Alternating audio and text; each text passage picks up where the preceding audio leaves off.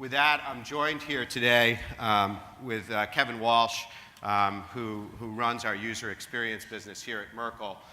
Kevin, prior to being here, was a creative director at Ogilvy and was with Organic prior to that. So we're going to really tag team this section. And what we're going to get into here is, as we went down that framework, John had talked to you about the customer strategy. And the key aspect of customer strategy that he kind of left off was this customer brief, okay? Now we're actually moving into customer experience. So this is where the interactions actually take place. So I just wanted to start off here a little bit and set a little bit of context. As marketers, and David referenced this a little bit yesterday, as marketers, we're used to building arsenals, right? We start building all of these tool sets at scale to try to fire them on the customers, okay? And we've been doing this for years.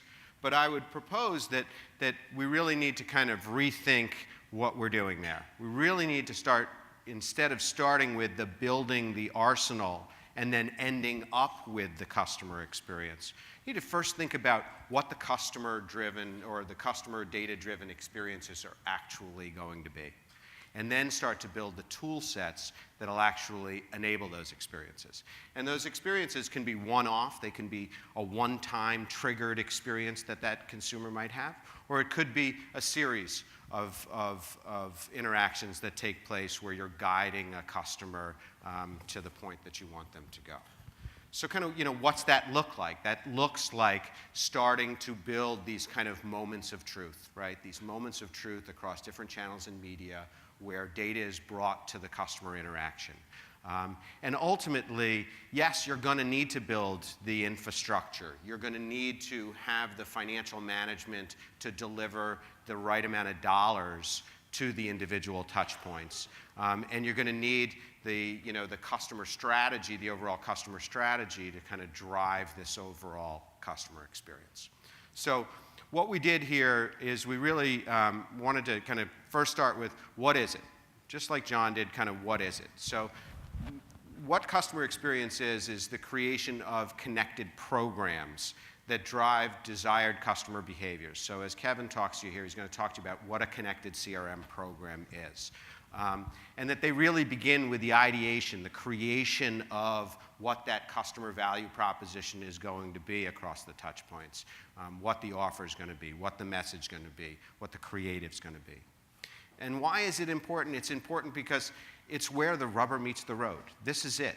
This is where the customer interacts. This is what the customer sees. So we can have as much analytics as we want. We can have as much infrastructure as we want. We can have, a tremendous amount of creative capability, but unless we're able to actually deliver in that moment of truth, who cares? Who cares? So the framework that we're going to use to specifically take you through this section is here. So the connected CRM program management, which is really about a program strategy and a program blueprint. But what it is what behavior do we want to drive? So it really sets the foundation for what is the behavior we're trying to drive.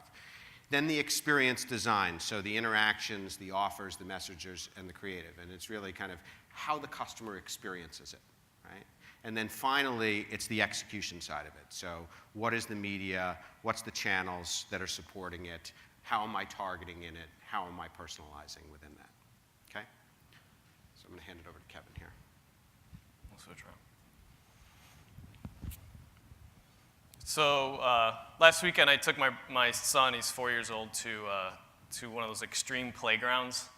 You've probably seen those things. They're kind of like the McDonald's playground times 10. They're like 4 stories high. There's just like a connected series of tunnels and nets and slides that go up here and they come out at the bottom. And when you're a parent and you go there for the first time, it's a little nerve-wracking because all you can do is basically follow your kid through the catacombs of all the tunnels, and the tunnels don't really fit adults, and so you're just like scrambling through the whole place. He goes down a slide, he comes out like 2 stories down, he runs around. And so it took me a couple times going there to realize that right in the middle, there's like this sort of like a bluff where there's a couple mothers sitting there, and they look so like peaceful and zen-like, while everyone else in the place is just nuts, and their hair's on fire, and they're just like, well, I can't wait to get out of here. They're pushing lunch on their kid. They're like, let's go get ice cream, and the kids don't want to leave. But you end up, I ended up sitting next to them because I just wanted to see like what the heck they're seeing, you know. And what I figured out just from talking to them was they had a spot in the place where you could see all the exits, you could see every like tunnel, and they were just sitting there with their phone and talking to their friends and whatever because they knew everything that their kid was doing without even moving. You know, it was just basically this. I called them the Zen mothers because they always sat there every time, and so.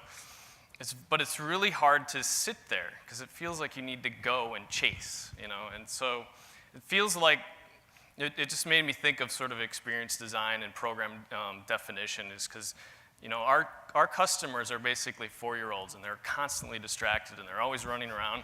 And, you know, up until this point, we spent all of our time chasing them through the slides and all the little tunnels. But what we can do now, especially with a lot of the things that we're talking about at the summit, is we can be more like those Zen mothers. And we could sit there and look for all the blind spots and not have to chase through the tunnels and spend a lot of resources and time and energy. So some of the things that we're going to talk about, it's just a little perspective, and I figured, you know, it's Father's Day is coming up. So. But segment-driven program construction. So, you know, the way we think about these things is we need to take everything John was talking about this morning with customer strategy, you know, channel insights, all the things from a segment-driven approach feeds how we develop our programs and how we think about our programs. So, you know, pricing insights, segment attitudes, even the competitive environment specific to those segments really informs how we put these things together. But we're not, you know, losing sight of what we traditionally do, which is what your program is intending to do is to move your customer through their customer journey, but also through the life cycle. So using your programs to support those moments in their life cycle, you know, not unlike like a retention program or an attract or an educate. But what's, you know, really cool about connected CRM is you can combine those programs. Those programs can learn from each other. So you can track how you're how you led your customer through an attraction phase, in the accelerate phase, or in your retention. So the things that they were most drawn to during the attraction program. So like, you know, if it's financial planning tools, you know, which tools did they gravitate towards? Are more the things that the reason they joined you in the first place. Use those later to retain them when they're declining. You can also learn through the onboarding what they're clicking on and what they're doing. So the idea is programs kind of teaching programs. But what we assemble then is, you know, our program architecture essentially comes from a segmented place, from what is our desired behavior for our specific audience. How do we align our sort of messaging approach and our inventory of offers and the things that we can do from a business point of view, including the creative content itself. You know, what do we need to craft? What can we curate? What are some things that we already have available that we could sort of repurpose? We also want to do an inventory of all those personalization enablers. So every moment can be individualized now. So we need to spend a lot of time about what are the things that would individualize that, you know, whether it's purchase history or whether it's, you know, just where they're typically hitting in your site constantly is a driver of their behavior. And it's something that we can act on. And then, you know, ultimately, where are they participating? You know, what's the right media? What's the right channel? This segment, again, we're at the segment level at this point, not the individual level, but we can see what is the predominant use of this segment.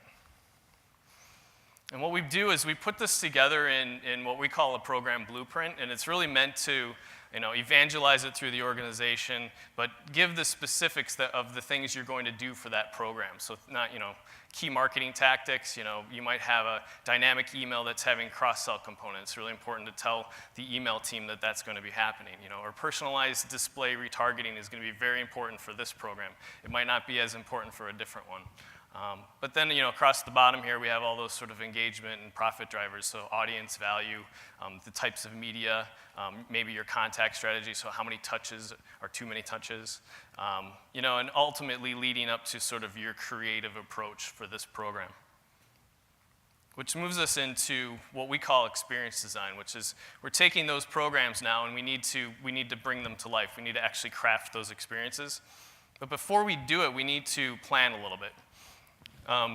A connected experience is learning from the segment in order to provide for the individual. So we don't go right to the one-to-one. That would be chasing your customer through all those little tunnels. What we want to do is we want to enable some of those things for that audience. So, you know, personalization at the interaction level, What are those things that can be individualized? Journey progression, so how do we move a customer in their journey with our specific experience itself? So how do we move someone that's still comparing into a purchase situation? But then ultimately, this all drives again into our life cycle, which is like, what's the best engagement over the long term? What are the best ways in all of our touch points that we can inform that? Experience design, at least in this part of the framework of connected CRM, focuses on those interactions. So our interactions always have a message or an offer or a creative. What's the best emphasis of your creative? What are the most relevant offers and what are the next best relevant offers? But at that interaction is where we're crafting that experience. And we take all of that information from the ongoing program analytics, from the performance of past programs, from the performance of the current program. And then ultimately, all the things that you know about the segment are going to feed how you can personalize that interaction. Interactions don't happen by themselves. They don't happen in isolation. Customers are doing things before they're doing things, or they're leading to the next thing. So in the situation of I'm going through a comparison, we drive you to an on-site guide that makes that an easier process. It kicks you to a competitive offer. We need to know how we craft the message for that competitive offer. Depends on where they came from. In most situations, we're using these to plan those paths. We don't always have control over all the paths that they're going to, but it's helpful to know where they came from or where they're going. Which leads us to our message architecture. So most messaging comes from the brand. The brand promise is the leading thing that all customers are sort of understanding about a company or a brand that they're going after. The next thing is the product position, which is ultimately what's the promise of that product and what does that mean to me? In CRM, we have a different kind of promise. We need to feed off of those two top line items, but we need to come up with a focused way of saying that. So, Philips' sense and simplicity is maybe an example of your top brand promise. They're promising the idea of sense and simplicity. They move it into all of their product sets. So let's say their energy lighting. So the simplicity of saving money on your energy. Well, now, within each of our segments, that message is going to translate much differently for each individual. And so this is just sort of showing that we need to have all those segment variations and really take advantage of our customer strategy to craft those messages. Messaging sequencing is extremely important too. This goes back to those interaction pathways, but it also goes to, there's lots of different ways you could sequence a message so that you don't end up being repetitive. But different segments need different kinds of messages to lead and to be supportive of. So what we're showing up here is the first two are very segment driven. I'm leading with the offer. I know that they've already seen that. I don't need to do that again, but I'm going to include the offer in the second message, but I'm going to lead with a benefit highlight, something very specific about that product. Once we identify them or once they start to participate, we can do much more individualized messages. So we can still talk about the offer, but we can increase the offer, we can change the nature of the offer. We can also recognize that they were at the site when they first saw this content, so the offer is now specific to that content. So it makes it so that we're that much closer to our customer and we can make that experience that much richer for them. This is a much simplified version of what you would need to do, but ultimately you're going to need to put together your messaging logic for handling that. So, your primary message, what does the customer essentially do? It creates ongoing messages that are needing to understand the logic from it. But all of this is coming from message testing that we're doing with the group. The group is informing this. The segment behavior is also informing how do we go to the rest of the group with the second message. The first time we went through this, people didn't really react the right way. We can learn from the group and tailor that and change that specifically. Ultimately, when we think about creative, we think about it a little bit differently than, I guess, an explosive sort of brand campaign, because a lot of our things are going to be individualized. They need to be flexible to be dynamic. They need to really hit on home with the segment, but we need to be able to craft all of those different versions. So we need to come up with a flexible platform for how to create that content. And so, at Merkle, we spend a lot of time just looking at We call it dreaming through the data, essentially, which is start with what those individualized experiences could be and work out instead of working down from the mass. So it's just a little bit of a different process that we take. But ultimately, we're fulfilling the brand promise at that micro-personalized level. And so when we come into any sort of creative engagement, we think with that first.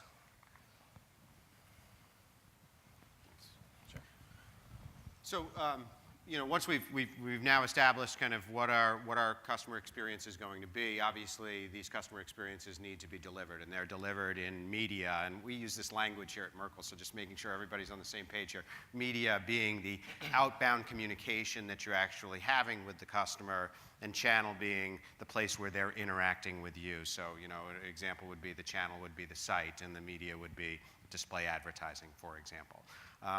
But building out that media and that channel experiences is a tremendous undertaking. So this portion of the framework or of connected CRM probably has the largest amount of activity going in it. You think about executing campaigns across multiple medias. You think about the amount of channel assets that you have to develop to support these, and it's significant, right? It's significant. So as we talk about this, really kind of just to simplify it a little bit, we say, look, there's the program plan, right? So we came out of customer strategy with our segment brief, right? We've now moved into a program plan that supports delivering a specific behavior from a set of consumers, right? And we have to develop both a media plan and channel plans that'll support that. And specifically on the media side, we're talking about addressable medias, right? So we want to be able to start targeting at the segment level and ultimately move to that individual level. So we've got to have a targeting dimension, a personalization dimension, a campaign management dimension, and then obviously ongoing optimization. And on the channel side, you have to have the development. And you have to have, how am I going to implement that personalization within that channel, and then ultimately continue to work on and optimize that. So really, to simplify that, from a process standpoint and combine both channel and media together, you'd say, look, I've got to build these things. I've got to build my media plan, my addressable media plan, and I've got to build my channel plan. I then have to move into a targeting and personalization engine capability. And so, this dovetails, a lot with the infrastructure conversation that you'll hear with Matt Mobley tomorrow, which is, how do I technology enable that analytics to create those personalizations in that media and that channel? I've got to develop the ongoing analytics and reporting to support the segment and individual behavior metrics that John was talking to you about earlier. So that I can continue to optimize and deliver that performance that we talked about delivering through customer strategy. So, when you talk about, tactics, you start to talk about this kind of addressable media. And you even talked about like kind of an addressable media plan. And to be honest with you, I don't think that there is today a lot of universal addressable media plans going on, right? There's I've got my direct mail plan, and I've got my, display targeting plan, and I've got my, potentially my addressable television plan, but I'm not typically looking at those holistically, and we believe you need to start to look at those holistically. But they all have different types of targeting strategies, that you can deploy as well. So not only do you have to select the media that you're going to use, but then the different targeting or different targeting style that you're going to use within each one of these. So you can see through this slide, I could be targeting in social, and I'm doing an audience match on Facebook. We talked a little bit about that yesterday, using an email address to match. My email campaigns could be segment-based, right? So I'm not creating individual personalization, but I'm creating segment-based communication through my emails. In search, I could be value-based bidding, right, on individual keywords that are tied to a segment level. In my mobile, I could be doing push notification or SMS that's showing the next best offer, right? Or in display, I could be taking somebody who came to my site, looked at a few products, and now I'm going to retarget them for the next 2 weeks with that product set. So by media, you've got to be thinking about what my different tactic is going to be. And then implementing personalization where there's personalization opportunity. Sometimes you might not have the personalization opportunity, drive to the segment level. but if you have the personalization opportunity, how do I use that data to do that? And then you have the campaign function. So the campaign management around this is significant and often requires a whole bunch of different tool sets, right? There's not one integrated campaign management platform for all of addressable media, right? So I might have to be using in email ExactTarget, for example, as my deployment engine, whereas in display advertising, I might need to use MediaMath, which would be my DSP, or in mobile, I might be using a mobile push SMS platform like Waterfall. So I guess my point here is that it takes a lot of different tool sets to execute these addressable campaigns. And then on the channel execution side, kind of same thing, right? Whether I'm building websites that can enable my segment-based offer and creative experiences, or implementation of my personalization, or whether I'm building Facebook apps, how do I do that to deliver this segmentation and personalization? Or at the point of sale, how am I bringing sales training? We've just been doing with one of our major insurance companies implementing segmentation, tremendous amount of work in terms of getting their call centers to embrace the segmentation. So training sessions with them that then tie to scripting of how they talk to these different customers based on what segment that they fall in. But ultimately, how do I deliver the personalization in these, and then how do I continue to optimize the performance to support the overall connected CRM program? So what do these things look like? And I just roll through these, but they look like this, and they look like this, and this, and this, and this, and this, and you guys get the picture. This is all stuff that we're doing for our customers today that's actually segment-based or individually based, or trying to drive a very specific personalization to drive the performance of the connected CRM program that we're executing for our clients. So to summarize here, I'd like to start with that kind of first point, which is figure out what your data-driven experience is going to be before you build. Right? So oftentimes we build. Remember the arsenal. Don't build the arsenal and then figure out what the customer experience is going to be. Sit down, ideate. I challenge you to just go back with your teams and sit down and actually say, hey, what could be game-changing, data-driven customer experiences that we could create for our customers? Challenge you to think about that. And there's levels of that. There's level 5 stuff, which is, holy smokes, we just changed our entire customer experience. Think of an insurance company using a mobile device now to speed you through that claims process. That's kind of game-changing type of data-driven customer experiences. Versus I'm personalizing emails. Okay, that's a 2 on the 1 to 5 scale, right? But I challenge you to go back and do that. Create programs that integrate media and channel to drive these experiences. It's not doing it in silos, one at a time. It's about sequencing this, as Kevin talked to. And start with segmentation-based experiences, but ultimately get to that individual level experiences. We now have the data and the technology and the ability to drive it there. And remember that this is about designing, building, and running customer experiences. And you have to be strong at all 3. You can't just be good at one. You got to be strong at all 3.